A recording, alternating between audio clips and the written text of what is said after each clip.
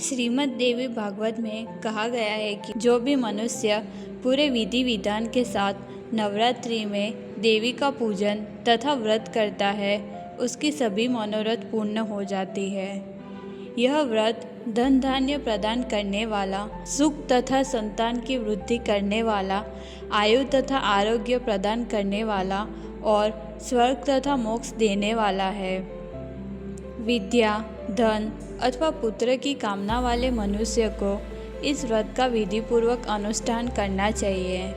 कहते हैं जिन लोगों द्वारा पूर्व जन्म में यह उत्तम व्रत नहीं किया गया है वे इस जन्म में रोगग्रस्त, दरिद्र तथा संतान रहित होते हैं। जो मनुष्य लाल चंदन मिश्रित बिल्व पत्रों से भवानी जगदम्बा की पूजा करता है वह इस पृथ्वी पर राजा होता है। जिस मनुष्य ने दुख तथा संताप का नाश करने वाली, सिद्धियां देने वाली, जगत में सर्वश्रेष्ठ तथा कल्याण स्वरूपिणी भगवती की उपासना नहीं की वह इस पृथ्वी पर सदा ही अनेक प्रकार के कष्टों से ग्रस्त, दरिद्र तथा शत्रुओं से पीड़ित रहता है। देवगण इनके स्वाहा नाम मंत्र के प्रभाव से तथा पितृगण स्वधा नाम मंत्र के प्रभाव से तृप्त हो जाते हैं। इसलिए हमारे मुनिजन सभी यज्ञों तथा श्राद्ध कार्यों में मंत्रों के साथ स्वाहा एवं स्वधा नामों का उच्चारण करते हैं। देवी जगदम्बा की इच्छा से ही ब्रह्मा इस विश्व का सृजन करते हैं। भगवान विष्णु अनेक विधि अवतार लेते हैं और शंकर जी जगत को भस्मसात करते हैं। इस संसार के सभी जीव तथा देवता, गंधर्व, राक्षस, पिशाच में इतना सामर्थ्य नहीं है जो भगवती शक्ति के बिना अपनी इच्छा से शक्ति संपन्न हो। इसलिए सभी मनुष्य को नवरात्रि व्रत का अनुष्ठान अवश्य करना चाहिए। पूजन, हवन, कुमारी पूजन तथा ब्राह्मण भोजन इनको संपन्न करने से नवरात्र व्रत पूरा हो जाता है। कुमारी कन्या वह कही गई है 2 वर्ष से लेकर 10 वर्ष की कन्या हो, 3 वर्ष की कन्या त्रिमूर्ति, 4 वर्ष की कन्या कल्याणी, 5 वर्ष की कन्या रोहिणी, 6 वर्ष की कन्या कालिका, 7 वर्ष की चंडिका, 8 वर्ष की सांभवी, 9 वर्ष की दुर्गा और 10 वर्ष की कन्या सुभद्रा कहलाती है।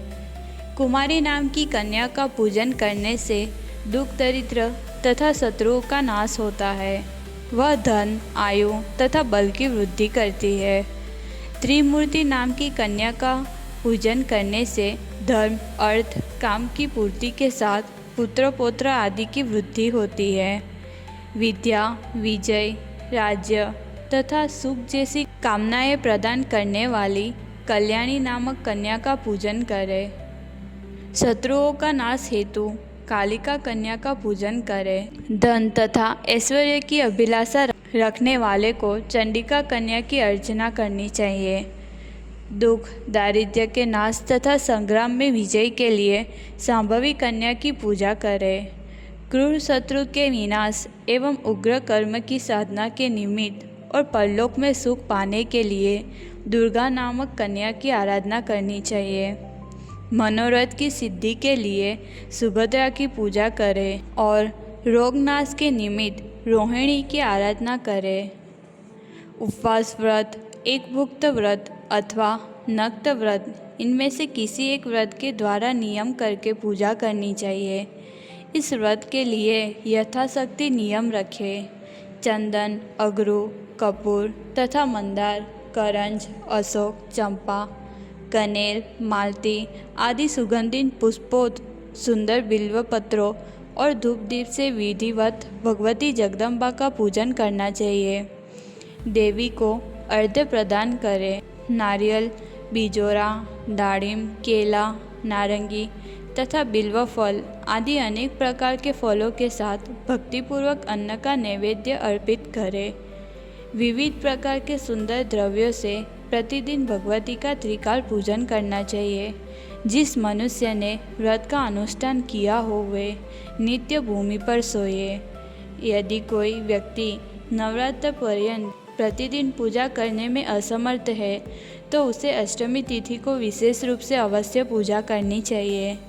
प्राचीन काल में दक्ष के यज्ञ का विध्वंस करने वाली महाभयानक भगवती भद्रकाली करोड़ों योगिनियों सहित अष्टमी तिथि को ही प्रकट हुई थी। इसलिए अष्टमी को विशेष विधान से सदा भगवती की पूजा करनी चाहिए।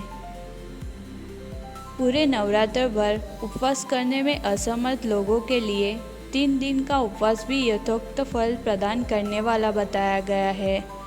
भक्ति भाव से केवल सप्तमी, अष्टमी और नवमी इन 3 रात्रियों में देवी की पूजा करने से सभी फल सुलभ हो जाते हैं। नवरात्रि व्रत की कथा। पूर्व काल में कौशल देश में दीन, धनहीन, अत्यंत दुखी एवं विशाल कुटुंब वाला एक परिवार रहता था। उसकी अनेक संतानें थीं जो धनाभाव के कारण सुधा से पीड़ित रहा करती थी। पूरे दिन जो कुछ मिलता उसी से गुजारा कर लेते थे। इस प्रकार वह वणिक भूखा रहते हुए सर्वदा दूसरों का काम करके धैर्यपूर्वक परिवार का पालन पोषण कर रहा था। वह सर्वदा धर्मपरायण, शांत, सदाचारी, सत्यवादी, क्रोध न करने वाला, धैर्यवान, अभिमान रहित तथा ईर्ष्याहीन था। प्रतिदिन देवताओं, पितरों तथा अतिथियों की पूजा करके वह अपने परिवारजनों के भोजन कर लेने के उपरांत स्वयं भोजन करता था। एक दिन वह वणिक दरिद्रता तथा सुधा पीड़ा से अत्यंत व्याकुल होकर एक शांत स्वभाव ब्राह्मण से पूछने लगे, हे ब्राह्मण श्रेष्ठ, आज मुझ पर कृपा करके यह बताइए कि मेरी दरिद्रता का नाश निश्चित रूप से कैसे हो सकता है। मुझे धन की अभिलाषा तो नहीं है, किंतु हे द्विजश्रेष्ठ, मैं आपसे कोई ऐसा उपाय पूछ रहा हूँ जिससे मैं कुटुंब के भरण पोषण मात्र के लिए धन संपन्न हो जाऊँ। मेरे घर में इतना भी अन्न नहीं रहता जिससे मैं अपने पुत्र तथा पुत्री को भोजन दे सकूं। मेरी पुत्री विवाह के योग्य हो चुकी है, किंतु मेरे पास धन नहीं है। अब मैं क्या करूं? वणिक का चिंतन देखते हुए उत्तम व्रत का पालन करने वाले उस ब्राह्मण ने बड़ी प्रसन्नतापूर्वक कहा, तुम पवित्र नवरात्र व्रत का अनुष्ठान करो। इसमें तुम भगवती की पूजा, हवन, ब्राह्मण भोजन, वेद पाठ, उनके मंत्र का जाप और होम आदि यथाशक्ति संपन्न करो। इससे तुम्हारा कार्य अवश्य सिद्ध होगा। नवरात्र नामक इस पवित्र तथा सुखदायक व्रत से बढ़कर इस पृथ्वी पर अन्य कोई भी व्रत नहीं है। यह नवरात्र व्रत सर्वदा ज्ञान तथा मोक्ष को देने वाला, सुख तथा संतान की वृद्धि करने वाला एवं शत्रुओं का पूर्ण रूप से विनाश करने वाला है। राज्य से युद्ध तथा सीता के वियोग से अत्यंत दुखित श्री राम ने किष्किंधा पर्वत पर इस व्रत को किया और विधान से भगवती जगदम्बा की भलीभांति पूजा की थी। इसी व्रत के प्रभाव से उन्होंने महासागर पार सेतु की रचना कर रावण, कुंभकर्ण तथा रावण पुत्र मेघनाद का संहार करके सीता को प्राप्त किया। ब्राह्मण का यह वचन सुनकर उस वणिक ने उन्हें अपना गुरु मान लिया और उनसे माया बीज नामक उत्तम मंत्र की दीक्षा प्राप्त की।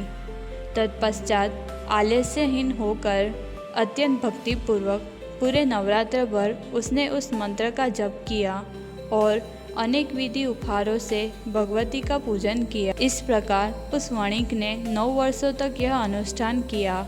9वें वर्ष के अंत में महाअष्टमी तिथि को अर्धरात्रि आने पर महेश्वरी ने उसे अपना प्रत्यक्ष दर्शन दिया और अनेक प्रकार के वरदानों से कृतज्ञ कर दिया।